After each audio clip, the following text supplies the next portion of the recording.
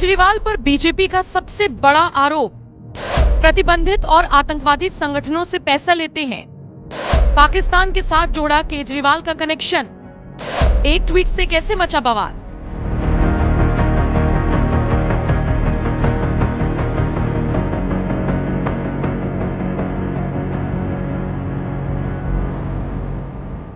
देश में लोकसभा चुनावों का महापर्व अब अपने अंतिम चरण पर पहुंच चुका है। हाल ही में छठे चरण का मतदान संपन्न हुआ, जिसमें दिल्ली की सातों सीटों पर मतदान हुआ।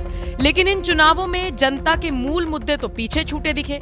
बस कुछ छाया रहा तो वो रहे केजरीवाल, उनकी आम आदमी पार्टी, शराब घोटाला और तिहाड़ जेल में बड़े बड़े नेताओं का होना।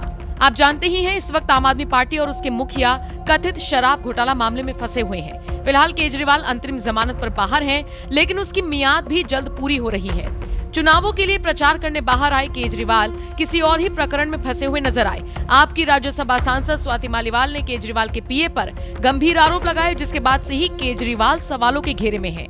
इसी बीच अब एक और बड़ा खुलासा हुआ है, जिसने पूरी दिल्ली क्या पूरे देश में चर्चा बटोरी है। दरअसल बीजेपी नेता मनजिंदर सिंह सिरसा ने केजरीवाल पर आरोप लगाते हुए कहा कि वो आतंकी संगठनों से पैसा लेते हैं। दिल्ली में वोटिंग के तुरंत बाद बीजेपी नेता ने केजरीवाल पर इतना बड़ा आरोप क्यों लगाया, ये भी जान लीजिए। दरअसल 25 मई को केजरीवाल और उनके पूरे परिवार ने मतदान किया। इसकी जानकारी साझा करते हुए केजरीवाल ने एक्स पर लिखा, मैंने अपने पिता, पत्नी और बच्चों के साथ आज वोट डाला। मेरी माताजी की तबीयत बहुत खराब है तो वो नहीं जा पाई। मैंने तानाशाही, बेरोजगारी और महंगाई के खिलाफ वोट डाला।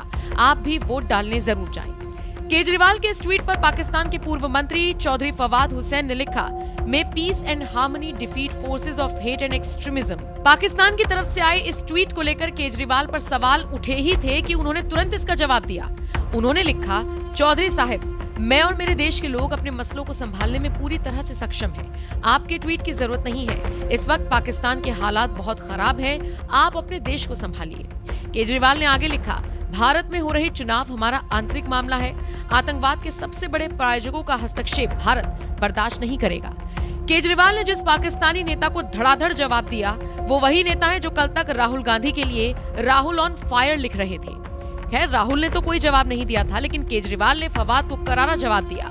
लेकिन फिर सवाल ये भी उठा कि आखिर पाकिस्तान को राहुल की या केजरीवाल की जीत से इतना फर्क क्यों पड़ रहा है। केजरीवाल और राहुल से इन पाकिस्तानियों को इतना प्यार क्यों है, और अगर केजरीवाल जीतते हैं तो पाकिस्तान इतना खुश क्यों होगा। बस इसी को लेकर मनजिंदर सिंह सिरसा का गुस्सा फूटा और एक वीडियो जारी कर उन्होंने केजरीवाल पर जमकर सवाल उठाए। सुनिए इस वीडियो में उन्होंने क्या कुछ कहा।